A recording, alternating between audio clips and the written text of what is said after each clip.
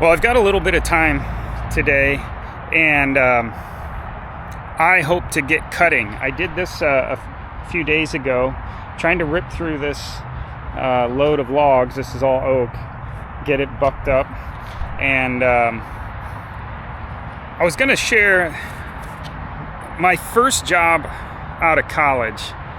Was not in my field that I had gone to college for, but I was just looking for a job, and one came available, and it wasn't something that I particularly enjoyed, but it was good work, or decent pay. I could work every day, and I got to know some people and see some insides of a big business. And one of the guys there that I had to work alongside, because my job was to find all the electronics in the company, track them, and then make sure that those electronics were getting out to be calibrated, tested, to make sure they're doing what they were supposed to. And the guy that was in that calibration department that oversaw the actual calibration, he grew to like me because he said, you're effective at your job, and you are the first that's ever found all the equipment, and you've made my job easier because you make sure that equipment gets in here to be calibrated. And he really appreciated that. And I didn't stay there, I think just under a year, but he took me out to lunch and on my last day, and that was really nice. And he told me a couple of things that have stuck with me. And the first one was, you're not replaceable. That's what he's learned. The moment you think that you're replaceable, you're going to get replaced. Somebody else can do your job. And then second was to always be learning. Never stop learning. If you stop learning new things, then you should probably stop working. And so with this side hustle I've got going on of Firewood, and even in my day job, I'm trying to do that, or just be open to learning new things. And so one of those is I'm trying to master the craft of sharpening chain. And the moment I think I've got it figured out, no, not so good at it. And I keep learning things, and some of that comes from you on the YouTube community, and I appreciate that. And some of it's just me thinking through how the chain works as I watch videos, and like, oh, that's what I need to do, or this or that. So I took some time yesterday, it took a while, and I sharpened 2 of my chainsaws, and I'm going to try to run them, and I'm curious how they'll do. Was I effective, or do I need to just keep plugging away at learning how to sharpen my chain? I know a lot of you have mentioned that, my chains are dull, and then I've learned that, the rakers need to be lowered. And so I'm trying to get better at sharpening and being effective, and we'll just see what happens. So glad you're here, and I'm going to get suited up, get my saw ready, and then start cutting that oak. Got my saw warming up. I'm going to start with the 462. That's probably my favorite saw. It's just got a nice blend of power, weight. There's really 3 saws that I use the most. I have 4. I've got a 260. I don't use that one too much. That one's a little over 20 years old. I got a 400, Stihl 400. It's a very nice saw. It just doesn't have the oomph, especially in oak. It dulls pretty quick, it seems like, and then once I lose that edge, real sharp edge, it doesn't cut as well. 462 will keep cutting. Then I have a ported 661, and you've heard that one run, you've seen me use that, and that has a different sound to it. Some of you have mentioned some stuff, and being ported, I think it does have a different sound in how the engine operates. But I'm going to use the 462, and the 661 I love. I just keep a 3-foot bar on it for the real big stuff, so I don't use that quite as much. So, gonna get cutting and see how my sharpening went. I will say one reason I'm choosing to cut today instead of split when I've got so much to split, but I do like cutting. But also I put on Marketplace to sell bags of sawdust, because I create quite a bit, and being on a concrete pad, it's easy to collect.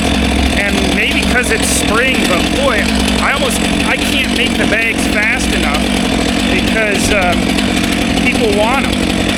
So I'm hoping to cut and then be able to collect a lot of it and bag it. I've got someone that wants 9 bags in the next couple of days. I had someone else reach out wanting 30, but I haven't heard back from them, so I'm not sure, but I'll try. Make as many bags, that means I need to cut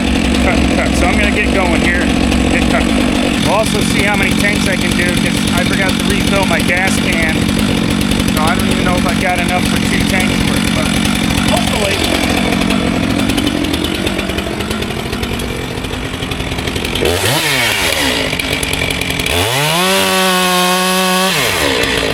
me in. I actually sharpened it.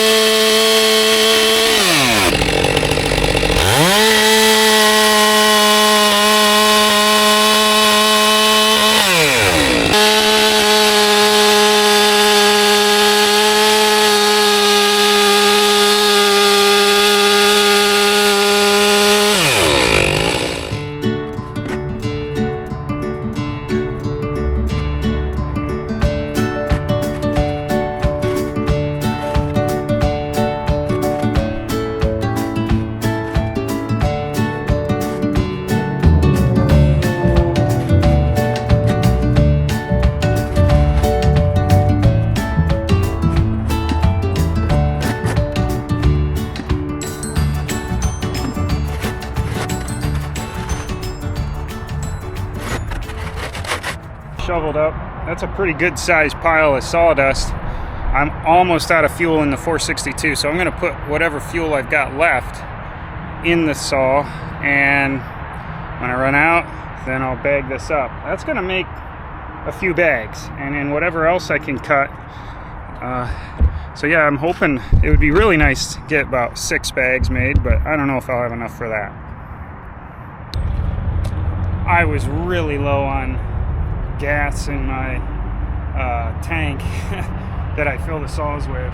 There's probably not even a half a tank in this 462, so I'll cut till it's dry, and I'm making progress on these logs, which is fun to see.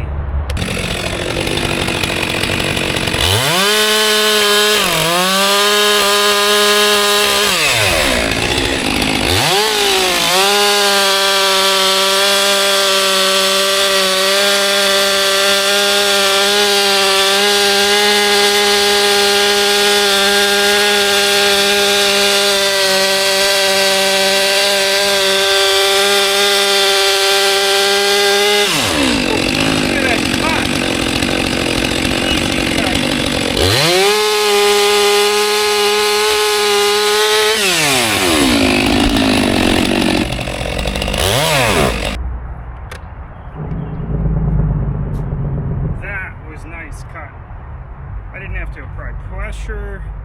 It just sunk right in. It even pulled me in through about a tank and a half. It held its sharp edge. That was really nice. And that was me sharpening it yesterday. I took a lot of time. I used the Husqvarna roller guide, and that did a fabulous job. And then I knocked down the rakers just a little bit using the gauge. So I'm gonna move some wood, collect sawdust, and then call it a day. I hope you are well. I might record me, I don't know, bagging up sawdust. I just put it in grocery bags. It's been amazing as my wife and I, you know, you're always trying to clean out your house, and we just keep finding paper bags. So I know you have to pay now every time you go to the store, but it's nice to be able to use them, move them along. It's also amazing how wet sawdust really is. I'm going through it and I can feel as I clump it, you know, and put it in the bag, I can feel the moisture, but it doesn't feel that bad. But like by the evening next morning when I come out and maybe I'm going to pick up a bag to put out because people want to purchase it, it's damp. Not heavily, but there's definitely moisture in the sawdust. And there we go.